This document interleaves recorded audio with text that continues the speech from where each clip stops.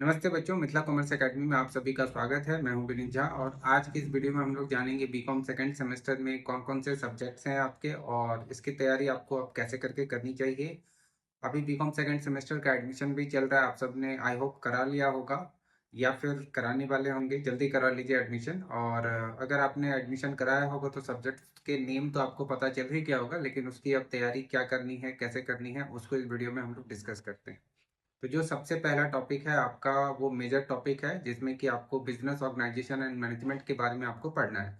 अब ये business organisation and management में एग्जैक्टली क्या पढ़ना है आपको, तो जो आपने क्लास ट्वेल्थ में बिजनेस ऑर्गेनाइजेशन पढ़ा था वो लगभग यहाँ पे भी वही है और कुछ ज़्यादा नहीं है, थोड़ा थोड़ा एडवांस कर दिया है। तो आपको यहाँ पे बहुत ज़्यादा जो है वो पढ़ने की आवश्यकता नहीं है। मतलब ऐसा नहीं है कि कोई ऐसा क्वेश्चन आएगा जो क्वेश्चन आपको बहुत ज़्यादा परेशान करेगा। आप थोड़ा सा अगर इस सभी टॉपिक को एक दो बार घर में पढ़ेंगे अच्छे से तो आपको ये जो टॉपिक है वो समझ में आ जाएगा। तो मतलब मिला जुला के ये जो है ये आसान सा आपका सब्जेक्ट है। इसके बाद जो दूसरा सब्जेक्ट है वो है आपका माइनर का। माइनर में आपको एडवर्टाइजिंग मैनेजमेंट्स के बारे में पढ़ना है। ये थोड़ा सा अलग है, इसको आपने इतना ज़्यादा अभी तक नहीं पढ़ा होगा, क्लास ट्वेल्थ में भी नहीं पढ़ा होगा। तो इसमें एग्जैक्टली क्या होता है ना कि सामान जो हम बेचते हैं तो उससे रिलेटेड एक एडवर्टाइजिंग पॉलिसी करते हैं, यानी कि अपने प्रोडक्ट्स को कैसे करके हम लोगों तक पहुंचाएं, क्या पॉलिसीज अपनानी चाहिए। तो ये थोड़ा सा बड़ा है और मतलब ऐसा नहीं है कि आपको समझ में नहीं आएगा, सेल्फ स्टडी से भी आप इसको कर सकते हैं। जो तीसरा है मल्टी डिसिप्लिनरी, उसमें जो टॉपिक है ना जैसे monetary theories and financial institution, ये आपका सेकंड सेमेस्टर में सबसे अच्छा टॉपिक है। और इस टॉपिक को अगर आप बहुत अच्छे से पढ़ेंगे तो ये आपको स्टॉक मार्केट में कल को काम करने में भी बहुत ज़्यादा हेल्प करेगा। और बिजनेस से मतलब बड़े लेवल के बिजनेस में जैसे कल को आप एमबीए करना चाहते हैं अगर बीकॉम के बाद, तो वहाँ पे भी ये टॉपिक आपको हेल्प करेगा। ये एक अच्छा सा टॉपिक है, इसको आप बहुत अच्छे से पढ़ने की कोशिश कीजिएगा। इसके बाद जो एबिलिटी इन्हांसमेंट है उसमें आपके इन्वायरमेंटल साइंस है। तो इन्वायरमेंटल साइंस वातावरण से रिलेटेड जो टॉपिक है ये एक नॉर्मल कॉन्सेप्ट है, हमारे बीकॉम से रिलेटेड तो नहीं है। बस आपको पढ़ने के लिए दिया गया कि थोड़ा सा आप अलग भी पढ़ें, तो इसको आप नॉर्मल तरीके से पढ़ सकते हैं, आपका ये बहुत भारी नहीं होगा। जो पांचवा है वो है स्किल एनहांसमेंट। यहाँ पे आपके ना दो आपको ऑप्शन दिया गया है, या तो आप बिजनेस कम्युनिकेशन रखिए या फिर पर्सनालिटी डेवलपमेंट रखिए। तो देखिए पर्सनालिटी डेवलपमेंट थोड़ा सा भारी हो जाएगा आपका और बिजनेस कम्युनिकेशन थोड़ा सा आसान होगा, क्योंकि आप बिजनेस ऑर्गेनाइजेशन मैनेजमेंट भी पढ़ेंगे, उसके बाद आप एडवर्टाइजिंग मैनेजमेंट भी पढ़ेंगे और अगर आप मॉनेटरी थ्योरी भी पढ़ेंगे तो फिर बिजनेस कम्युनिकेशन जो है वो आपके लिए इजी रहेगा। तो मैं तो कहूँगा बिजनेस कम्युनिकेशन को ही रखिए। पर्सनालिटी डेवलपमेंट एक अलग सा टॉपिक आ जाएगा जिसमें आपको फिर थोड़ा याद करना पड़ेगा, ये फिर आपने पहले पढ़ा नहीं होगा, तो फिर अलग से इसकी तैयारी जो है वो करना पड़ेगा आपको, ठीक है। जो आखिरी टॉपिक है जो वैल्यू एडेड कोर्स है वो है कॉन्स्टिट्यूशनल वैल्यू, संविधान के ऊपर में पढ़ना है। और ये टॉपिक भी बहुत अच्छा है, इसमें आपको ये टॉपिक जो है हमेशा ही काम आएगा। कल को अगर आप कुछ आगे भी चल कर करना चाहेंगे तो ये टॉपिक जो है आपको मतलब एक जनरल अवेयरनेस है इसमें। तो ये टॉपिक आप अच्छे से पढ़िए। इस टॉपिक में आपको जो क्वेश्चन भी आएगा उसमें भी थोड़ा सा आंसर वैल्यूबल लिखना पड़ेगा, ठीक है। तो ये जो था ये तो छः आपके सब्जेक्ट्स थे कि इन छः सब्जेक्ट्स में क्या क्या है, मतलब ये थोड़ा थोड़ा मैंने आपको बताया, पूरा डिटेल अभी तक नहीं बताया है। पूरा डिटेल के लिए अलग से फिर एक एक करके वीडियो जो है वो बना के आपको बता दूंगा, कोई दिक्कत नहीं है उसके लिए। अब ऐसा है कि बीकॉम सेकंड सेमेस्टर में हमें पढ़ना कैसे है, क्या करना चाहिए नहीं करना चाहिए, क्या हमें क्लास लेना पड़ेगा या नहीं लेना पड़ेगा। अगर क्लास लेने की बात कहें कि क्या आपको कोचिंग जाने की ज़रूरत है बीकॉम सेकंड सेमेस्टर में, तो मैं कहूँगा कोई ज़रूरत नहीं है।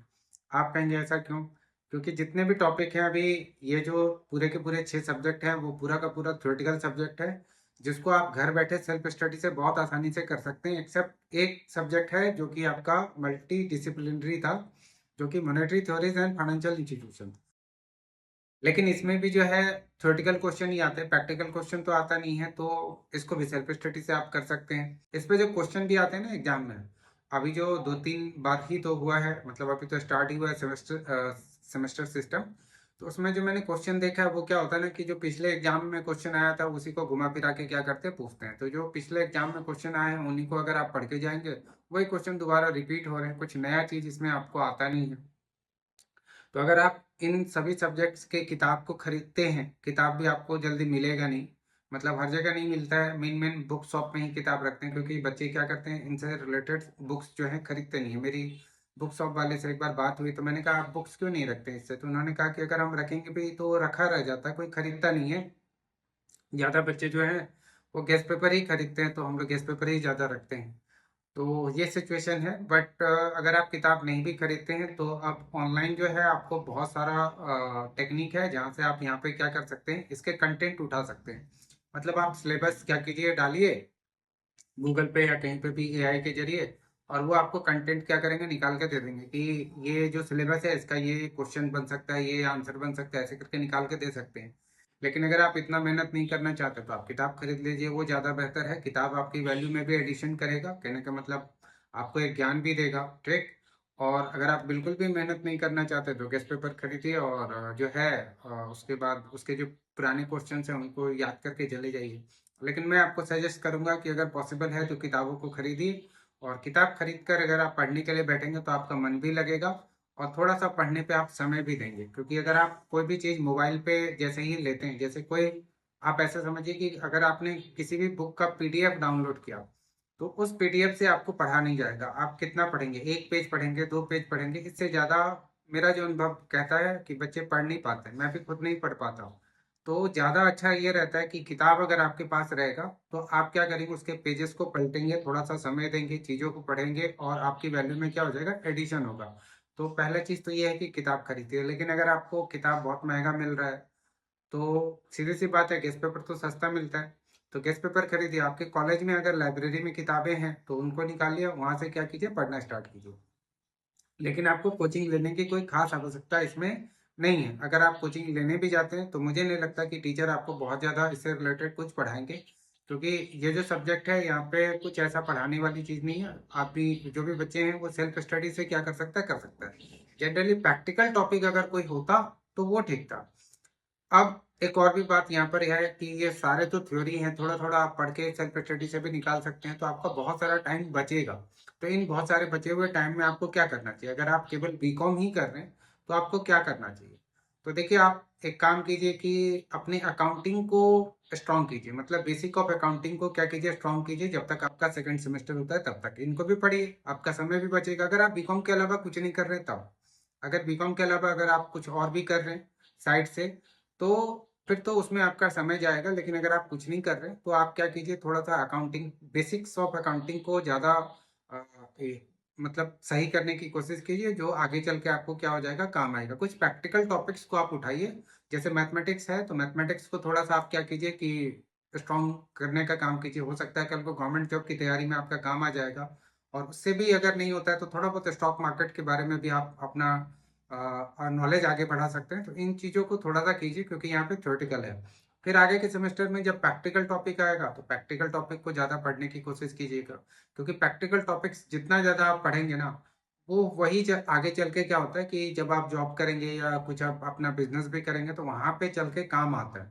लेकिन थ्योरेटिकल टॉपिक जो है वो आपको वैल्यू एडिशंस में काम आता है, मतलब प्रैक्टिकल भी आता रहेगा तो उसके साथ फिर थ्योरेटिकल भी आपको धीरे धीरे काम आएगा।